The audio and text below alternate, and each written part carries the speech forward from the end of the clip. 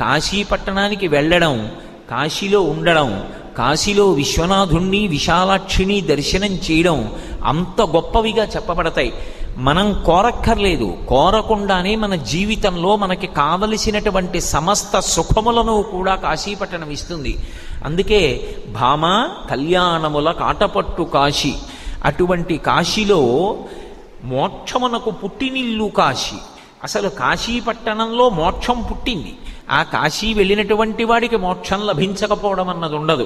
కాశీపట్టణంలో శరీరం విడిచిపెట్టినటువంటి వాడికి పరమశివుడు వచ్చి తారక మంత్రాన్ని ఎలా ఉపదేశం చేస్తాడు, ఎలా మోక్షాన్ని ఇస్తాడు అన్న విషయాన్ని నిన్ననే నేను మీతో మనవి చేసి ఉన్నాను. మహానుభావుడు పాలిండ్లు కదలంగ పసిడిపయ్యద వీచువ చలాధిపుని కూర్మి ఆడుబిడ్డ తూత్కారమొనరించి తొండంబు ముక్కున శిఖరారావంబు జిలుకుడుంఠి